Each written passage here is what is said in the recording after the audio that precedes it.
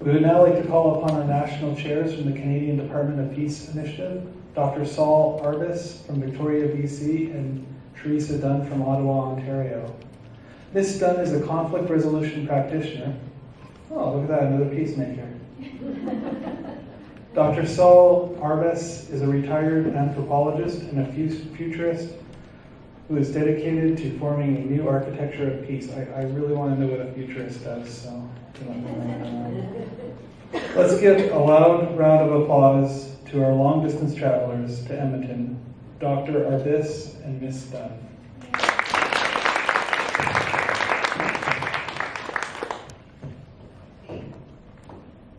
So thank you very much for having us and for hosting us here.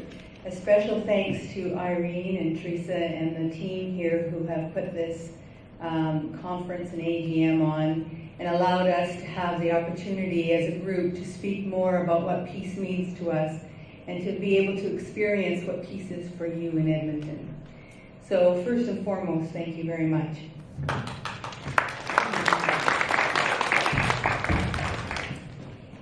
Now, there's two things that we wanted to talk about, and we're just going to spend a few minutes talking. And then we really like to answer questions, because I think that's really how you're going to get some substance information about what the Canadian Department of Peace is and what it's all about. But there's two things I wanted to speak to you about my few minutes, and that's giving you a very brief overview of what a Department of Peace initiative is about, and also why a Department of Peace. So since its inception in 2004, there has been a sample legislation that was created by Bill Benaja and Saul Arbus. And it described what would be the role and function of a Department of Peace if it should happen in Canada. So we had Bill C-447 that developed in September 2009, was presented by Bill 6A, an NDP MP from Vancouver, and Jim Karygiannis, who's a Liberal MP from the Toronto area. It was endorsed by 23 members of Parliament across Canada, and it called an act to establish a Department of Peace. And that would identify issues that could be addressed through collaborative means and to facilitate an approach across parties and departments that would be informed and consistent with the values of nonviolence and a culture of peace. Now, a culture of peace, according to the United Nations, is a set of values, attitudes, modes of behavior, and ways of life that reject violence and prevent conflicts by tackling their root causes to solve problems through dialogue and negotiation among individuals, groups, and nations. Now, many people balk over the idea of creating another ministry. And yet, CDPI sees this initiative as a call to consolidate existing efforts and give peaceful means a position of priority that is a function of leadership in areas of human rights and security, education that promotes a culture of peace, conflict prevention, nuclear disarmament and arms control, and the development of a civilian peace service. So that is a very basic description of what a Department of Peace would be about. So why a Department of Peace? Why do we need one, or do we actually need one? And of course, this is the big fundamental question. And for me, there are two basic reasons. The first one is that, in previous times, there was a use of collaborative practices have been around throughout history. But it depended predominantly on the character of the leader of the time and whether or not people needed to be at war for whatever reason. But we're now in an awakening democracy where more people want to have a voice in what is happening and how their world is conducted. There's a large number of Canadians, and that number is constantly growing. And these people identify with Canada as a peacekeeping and a peace-building nation. And they want the principles of conflict prevention, collaborative practices, nonviolence, sustainable futures, and an investment of public resources into peaceful practices. They want leadership at all levels of the country to raise the capacity of Canadians to live a culture of peace.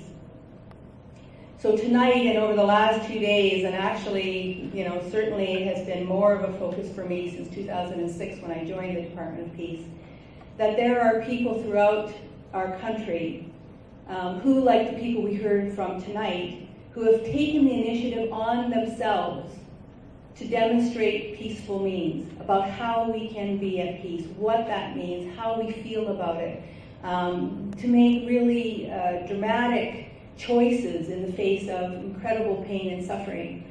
So, we know that this is happening.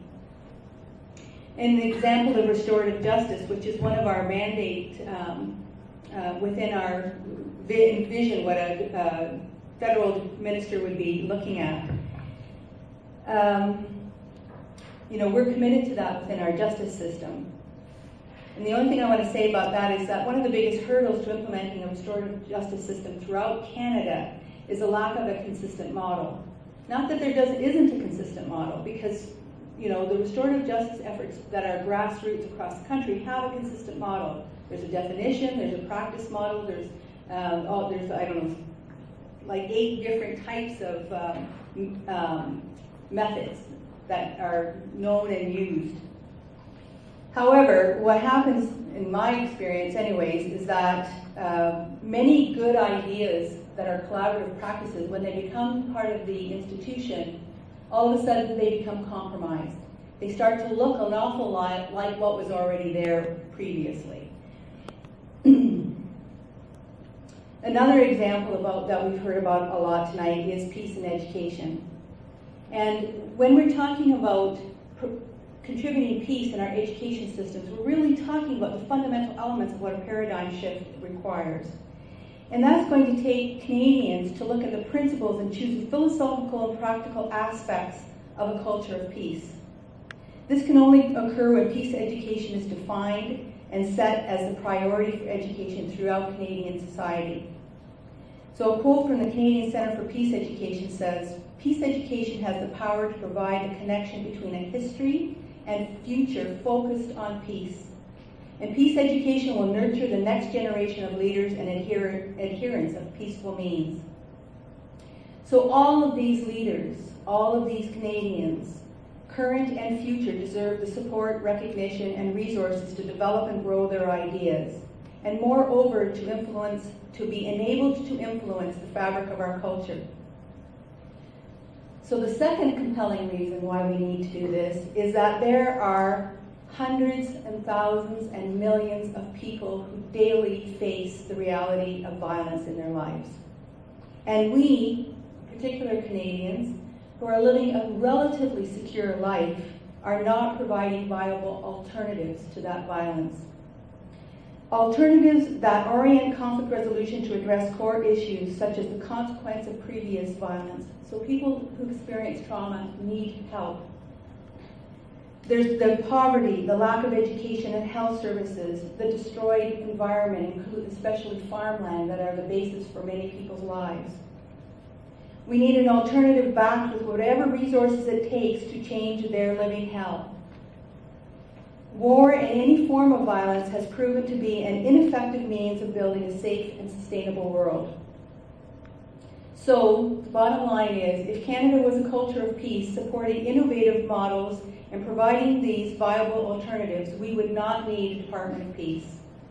But Canada is not supporting these options and alternatives to the degree that we believe possible. And so we do need a Department of Peace.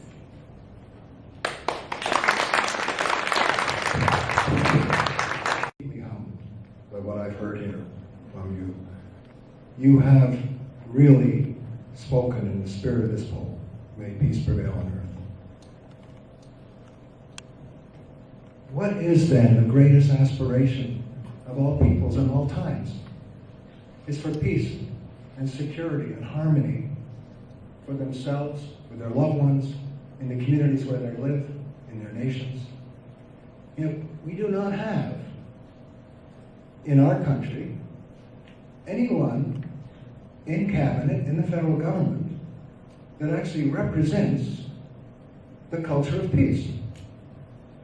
Nor does the cabinet as a whole work as if peace was should be an organizational principle of society, a deep and fundamental principle. And as one of your illustrious citizens, Doug Roach, has said, there is a human right to peace, and that human right to peace is the most fundamental right that underlies all other human rights. I've been deeply moved by his work, and I know he comes from this place, and I honor you and him for that as well.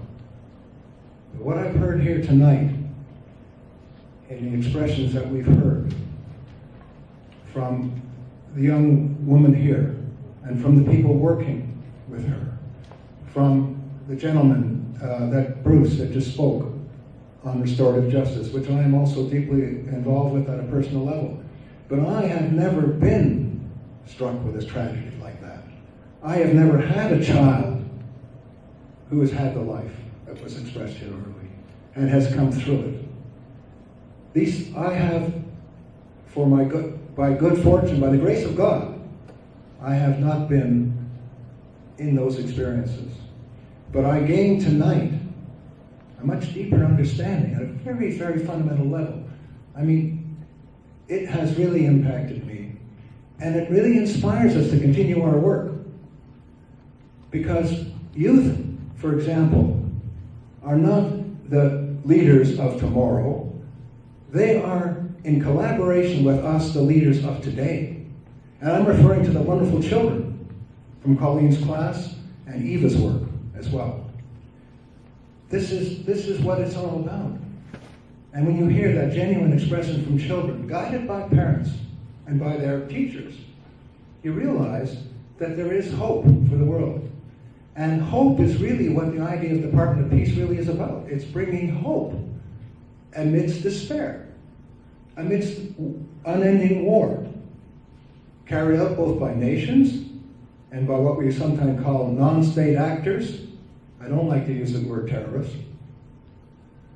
And here we are in a country so blessed, never having experienced, at least not for a very long time, at home, any major conflict or war. Some say we are the most committed country in the world. We have more committees than any other country. And because we do actually talk rather than fight most of the time. But we can vastly improve on that. We need someone over here. I'm the Prime Minister, let's say, and over here we have the Minister of National Defense, we have the Minister of Public Safety. Over here we want the Minister of Peace. On the other side, both advising the Prime Minister and Cabinet, and the Minister of Peace always seeing any issue of conflict through the particular lens of the transformation of that conflict by peaceful means, at home and abroad. And we would always have this lens. We would always have this person who would be in that position. I'm not saying that every time the Minister of Peace would prevail, but we would have that wonderful voice. And that voice that would be stimulated herself or himself by what we have heard tonight from people who have come through and who have expressed themselves in such a powerful way about what peace is, what conflict, the transformation of conflict is, and the work that they're doing in the world I can only respect as a magnificent model.